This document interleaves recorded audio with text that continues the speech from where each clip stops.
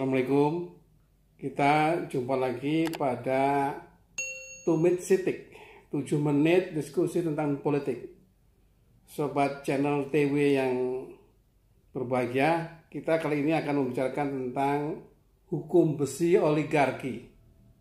Dalam pembicaraan sehari-hari sering kita mendengar bahwa sejumlah pemerintahan termasuk pemerintahan kita berada pada penguasaan oligarki.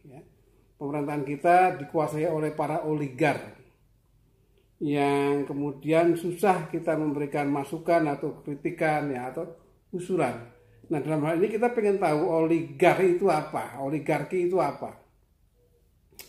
Secara sederhana kita bisa mengartikan atau boleh mengartikan bahwa oligar itu sekelompok kecil orang yang berfungsi atau berperan untuk mempengaruhi kepala negara, kepala pemerintahan. Kalau raja ya raja. Nah, orang ini disebut sebagai oligar atau kalau dulu disebut sebagai hulu balang, para panglima perang biasanya atau penasihat, itu kira-kira begitu. Nah, mengapa itu menjadi penting kita bicarakan? Karena ada satu kecenderungan bahwa ini kata Robert Mitchell dalam bukunya yang ditulis lama sekali tahun 1919 ya.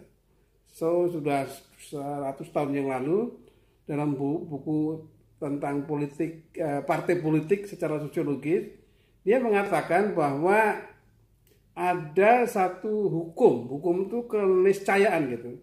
Jadi hukum letaknya lebih tinggi daripada teori. Kalau teori adalah pernyataan hipotetik, kalau ini senantiasa terjadi ya, tentang oligarki, namanya hukum besi oligarki, yang bunyinya kira-kira seperti ini.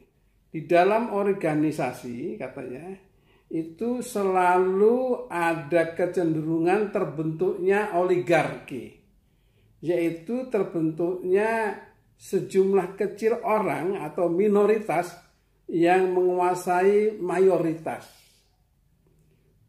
Bentuk realnya adalah di dalam organisasi selalu ada pengurus organisasi itu yang jumlahnya lebih sedikit daripada yang diurus.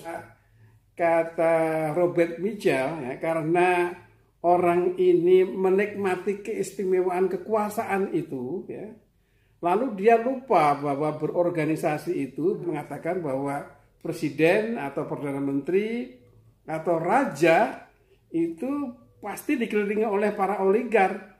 Ya karena nggak mungkin dia mimpin sendiri ya. Terus persoalannya apa? Persoalannya adalah biasanya oligar ini lalu yang diperjuangkan adalah bukan lagi pemerintah kepentingan rakyat, tetapi kepentingan mereka sendiri. Bahkan di antara oligar itu pada berkompetisi, dalam istilah yang kasar itu pada saling berlomba menjilat bosnya, sehingga mereka berebut kekuasaan. Nah, lalu apa? Ya, lalu bagaimana cara mengatasi ini? Ada beberapa buku yang lain untuk mengantisipasi ini mengusulkan bahwa ada 3 cara ya. Pertama, katakan kepada semua orang termasuk kita ini di dalam channel TV ini bahwa berpolitik atau berorganisasi itu selalu akan menciptakan oligarki. Selalu akan ada minoritas menguasai mayoritas. Sehingga apa ya? Sehingga kasih tahu aja di organisasi manapun begitu. Sehingga kalau kita nggak suka atau kita ingin melengsarkan dia, ciptakan satu mekanisme untuk melengsarkannya. Caranya adalah yang kedua, batasi masa jabatan kepemimpinan itu. Walaupun mungkin dalam hal monarki akan agak susah, tetapi kan monarki itu raja tidak mungkin selama hidup, setelah mati terus jadi raja lagi, nggak mungkin. Jadi pasti ada batasannya. Artinya yang nomor 2 adalah batasi masa jabatan. Lalu yang ketiga adalah buatlah atau laksanakan pemilihan umum, mekanisme penggantian kepemimpinan organisasi itu secara baik. Nah, sesudah itu adalah semua orang, tadi saya katakan nomor 1, semua orang harus tahu kemungkinan ini sehingga setiap saat orang itu bertanggung jawab termasuk warga negara biasa untuk mencek dan balancing tentang mekanisme ini.